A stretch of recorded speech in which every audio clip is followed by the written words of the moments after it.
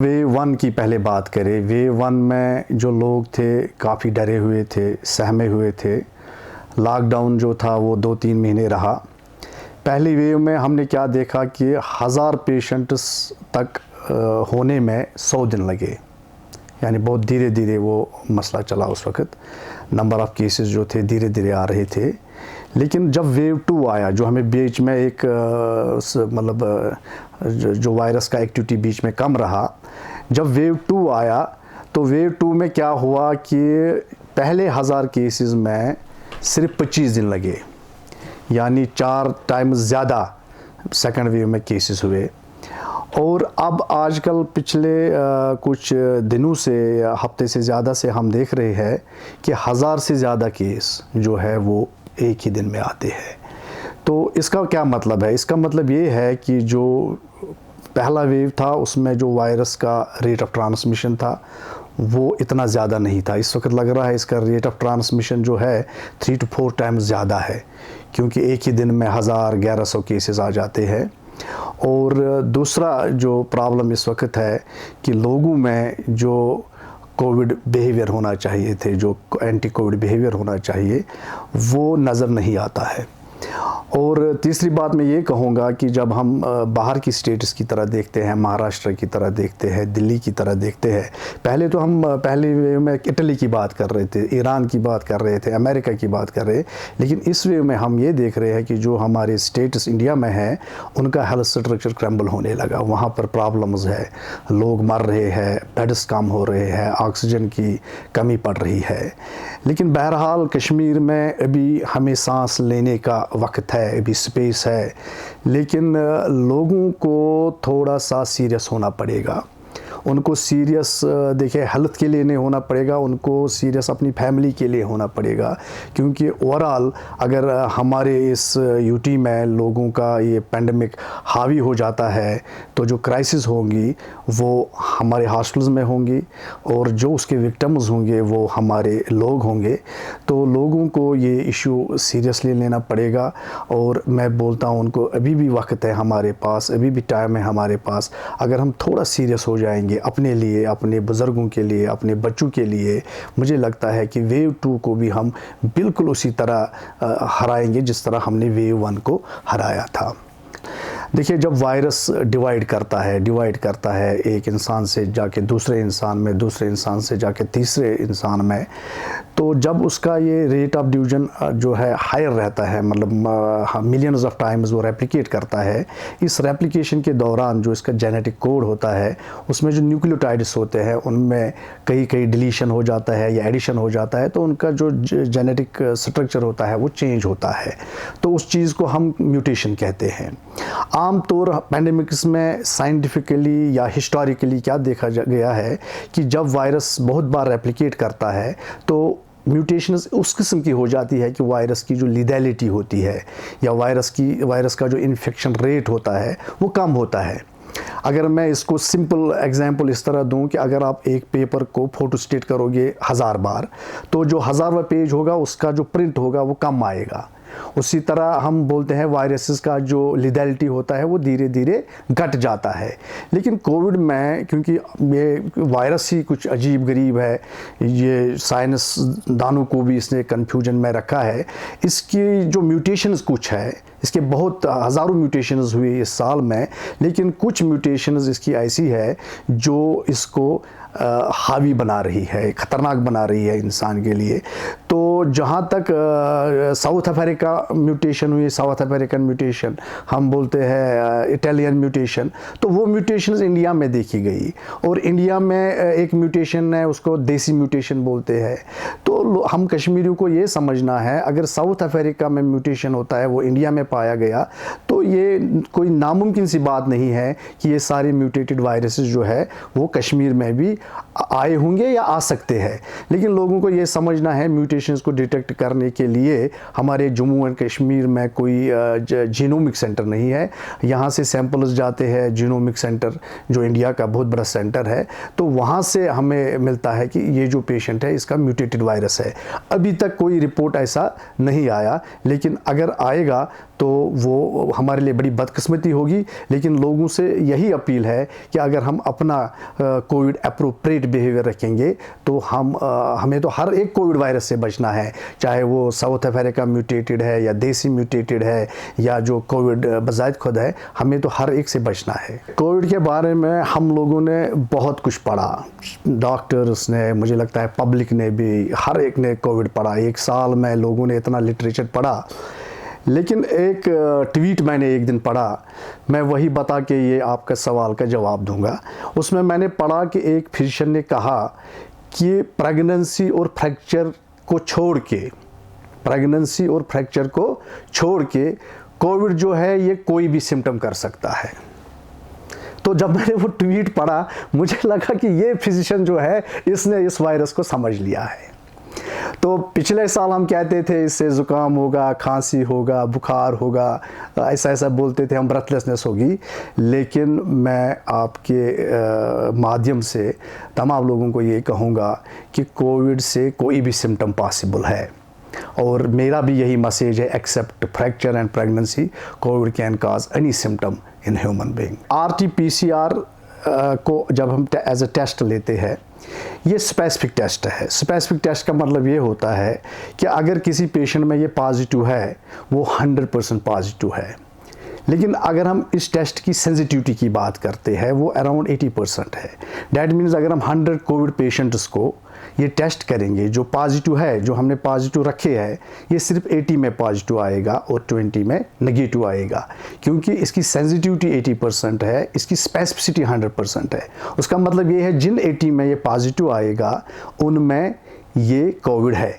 इसको भी मैं एक्सप्लेन करूँगा थोड़ा लोगों के लिए।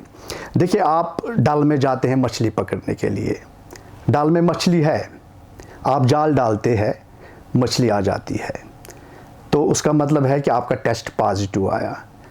जाल में मछली है, आपने जाल डाला लेकिन मछली नहीं आई जाल में, तो उसका ये मतलब नहीं है कि जाल में मछली नहीं है। इसी तरह इस टेस्ट को समझना है कि अगर पेशेंट में कोविड है, हमने RT-PCR किया सिम्टम बेस्ड, सिम्टोमेटिक उसके सिम्टम्स देख के या कंटैक्ट ट्रेसिंग में वो नेगेटिव आया, लेकिन 4 दिन के बाद उसमें उस पेशेंट में सिम्टम्स हुए, तो पेशेंट को ये समझना है कि ये कोई बड़ा मसला नहीं है साइनस में, क्योंकि एक टेस्ट के साथ सेंसिटिविटी भी होती है और स्पेसिफिसिटी भी होती है। अब दूसरा मसला लोग ये कह रहे हैं कि अगर वायरस में म्यूटेशन हुआ तो RT-PCR जो है वो इसको डिटेक्ट नहीं करेगा। लेकिन अगर वायरस में म्यूटेशंस होती है तो उन म्यूटेशंस को कौन डिटेक्ट करता है? वो RT-PCR मशीन नहीं डिटेक्ट करती है। उसके लिए पूरे वर्ल्ड में हर एक कंट्री में एक बड़ी लैब होती है, जीनोमिक लैब। तो हर दिन हर यूटी या स्टेट से लगभग 5-10 सैंपल्स जाते हैं उस लैब में, रैंडमली जाते हैं, और वहाँ राउंड द क्लॉक एनालिसिस होती है म्यूटेशंस की। और मैं आपके माध्यम से ये बताऊंगा लोगों को, जेनेटिक इंजीनियरिंग जो होती है ये दुनिया में हर एक इंजीनियरिंग से सबसे बड़ी इंजीनियरिंग है, हर एक इंजीनियरिंग से। तो अगर वहाँ पे उनको लगा कि म्यूटेशन इतना बड़ा है कि जो RT-PCR से डिटेक्ट नहीं होगा, तो तुरंत विद इन 2 डेज़ या 3 डेज़ वो एक नया RT-PCR का प्रूफ भेज के उस वायरस का डिटेक्शन के लिए भी टेस्ट अवेलेबल होगा। हेल्थ इंफ्रास्ट्रक्चर जो पिछले साल था जब वेव 1 आया, उसमें काफ़ी प्रिपरेशंस हुई। जब वेव 1 आया, मैं आपको मतलब ये कहूँगा कि उस वक्त हमारे पास उतने ऑक्सीजन सिलेंडर्स नहीं थे, ऑक्सीजन प्लांट्स नहीं थे, वेंटिलेटर्स नहीं थे। मतलब जो न्यूज़ में भी चला इतने ही वेंटिलेटर्स है उस वक्त। लेकिन वेव 1 से हमें क्या मतलब नुकसान भी हुआ, काफ़ी लोगों की जान चली गई, 4 डॉक्टर शहीद भी हो चुके हैं उसमें, कुछ फार्मासिस्ट्स भी शहीद हुए। लेकिन उससे फ़ायदा भी हमें हुआ कि हमारा जो हेल्थ का इंफ्रास्ट्रक्चर है कहीं ना कहीं इसको एक बूस्ट मिला वेव 1 में। और जो हमें उस वक्त हेल्थ स्ट्रक्चर में बूस्ट मिला वो इस वक्त भी अवेलेबल है लोगों के लिए।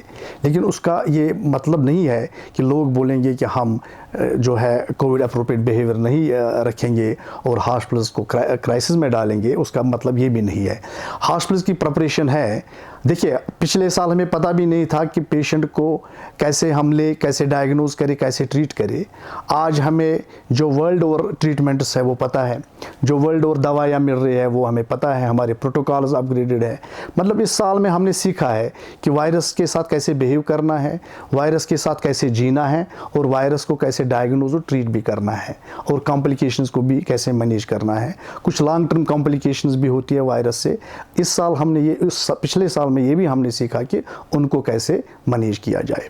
देखिए, वैक्सीन के बारे में आपको ये कहूँगा, जो कोविड का वैक्सीन है ये बहुत इंपॉर्टेंट वेपन है पैंडेमिक को हराने के लिए।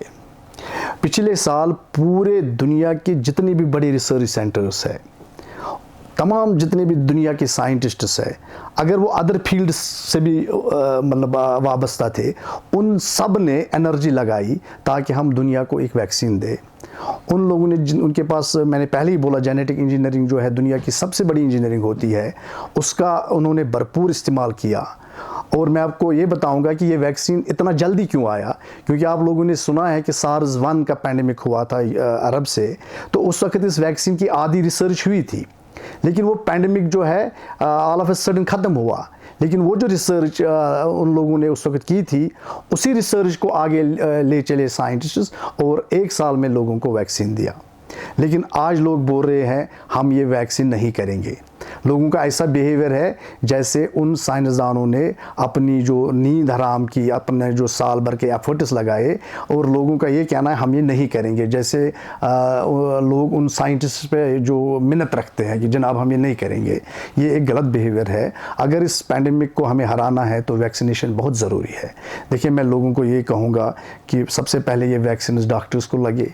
आजकल डॉक्टर्स एंटीबॉडी टेस्ट कर रहे हैं, उनके ब्लड में काफ़ी ज़्यादा एंटीबॉडीज़ हमें देखने को मिलती है। और दूसरा प्रॉब्लम जो लोगों में है, लोग ये बोलते हैं कि फलाना ने वैक्सीन किया, वो फिर भी कोविड पॉजिटिव हुआ, उसको फिर भी कोविड के टेस्ट पॉजिटिव आया। देखिए, कोविड का या किसी भी वायरस का एक पोर्ट ऑफ एंट्री होता है, यानी पोर्टल ऑफ एंट्री, वो कहाँ से घुसे। अब हम सबको पता है कोविड कहाँ से घुसता है, मुंह या नाक से, और फेरेंकस पे अपना पहला वो असाल्ट करता है। अब जब वैक्सीन हम करते हैं तो इम्यूनिटी कहाँ आ जाती है, वो ब्लड में आ जाती है, टी सेल्स के माध्यम से या बी सेल्स के माध्यम से। लेकिन किसी डॉक्टर ने या किसी साइंटिस्ट ने आज तक ये कहा कि हम वैक्सीन लगाएंगे आपको और आपके मुंह पे मास्क आ जाएगा, आपके मुंह और नाक पे ढक्कन आ जाएगा या कोई पर्दा आ जाएगा और वायरस अंदर नहीं घुसेगा। वैक्सीन का मतलब है जब आप वैक्सीन लेते हैं, अगर वायरस का जो पोर्ट ऑफ एंट्री है ये घुस सकता है, क्योंकि वायरस यहाँ प्रेजेंट है, फेरेंकस तक पहुँच सकता है। आप टेस्ट लेंगे, टेस्ट भी पॉजिटिव आ सकता है। लेकिन वैक्सीन करने का मतलब ये है कि जब आपके बॉडी में इम्यूनिटी होगा, अगर वायरस खुदा न खास्ता आपके फेरेंकस तक भी पहुँचता है, ये आपको सीरियस इलनेस नहीं करेगा, ये आपको डेथ नहीं कर सकता। इसलिए लोगों को ये मैसेज है कि इन न्यूज़ जो एम्पलीफाई करते हैं, ऐसी न्यूज़, इसको एम्पलीफाई मत करो। अगर आपको अपनी ज़िंदगी बचानी है, अपनी फैमिली को बचाना है, आप अपना आधार कार्ड लेके तुरंत जो आपका नज़दीकी हेल्थ सेंटर है वहाँ जाओ और अपना वैक्सीन जल्द से जल्द दो।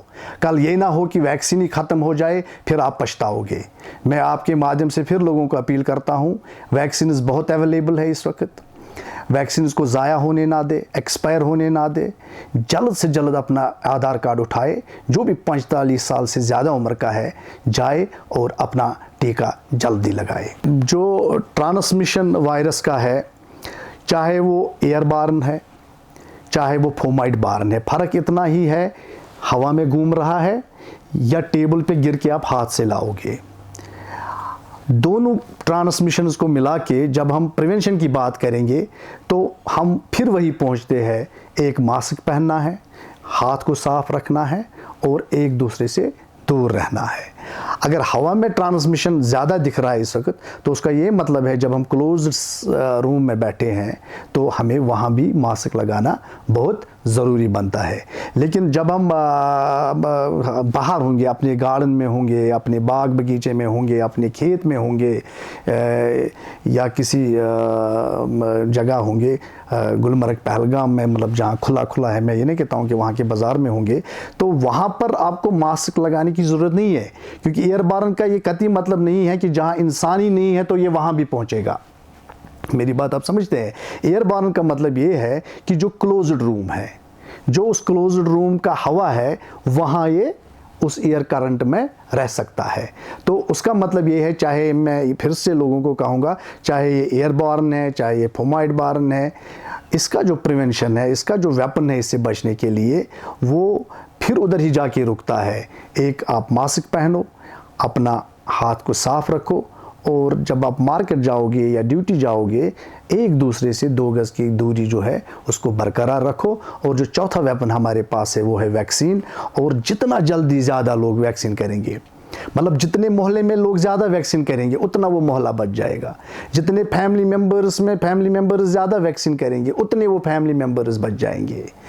कहीं ना कहीं अगर बड़ा म्यूटेशन हुआ तो फिर और एक वैक्सीन आ जाएगा। देखिए, मैं लोगों को ये कहूँगा, जो फ्लू का वैक्सीन है वो हर 6 महीने बाद या हर साल बाद नया आ जाता है।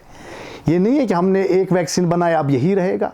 मैं ये मानता हूँ वैक्सीन जो वायरस है ये म्यूटेट हो सकता है, ये अपना नया स्ट्रक्चर बना सकता है, ये एंटीजेनिक शिफ्ट कर सकता है, एंटीजेनिक ड्रिफ्ट कर सकता है। लेकिन जो हमारी जेनेटिक इंजीनियरिंग है, जो हमारी वायरोलॉजी है, जो हमारी इम्यूनोलॉजी है दुनिया की, वो इतनी बड़ी है, इतने बड़े पैमाने पे या इतने हाईएस्ट मायार पे काम कर रही है कि वो लोगों को विदिन 3 मंथ्स में वो वैक्सीन बना के देंगे। क्योंकि माइलस्टोन उन्होंने क्रॉस किया है। जब माइलस्टोन क्रॉस होता है उसके बाद वैक्सीन बनने में ज़्यादा टाइम नहीं लगता है। लेकिन इस बार जो हमारे पास वैक्सीन अवेलेबल है, लोगों को चाहिए कि जल्द से जल्द वो वैक्सीन को करे। करोड़ों लोगों को वैक्सीन मिला कंट्री में, और आज तक कोई बड़ा साइड इफ़ेक्ट या adverse effect following immunization reported नहीं है।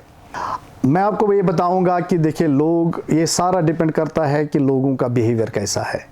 पैंडेमिक में सबसे ज़्यादा अहम जो रोल है वो लोगों का होता है, उसके बाद जो गवर्नमेंट है उसका होता है, एडमिनिस्ट्रेशन का होता है।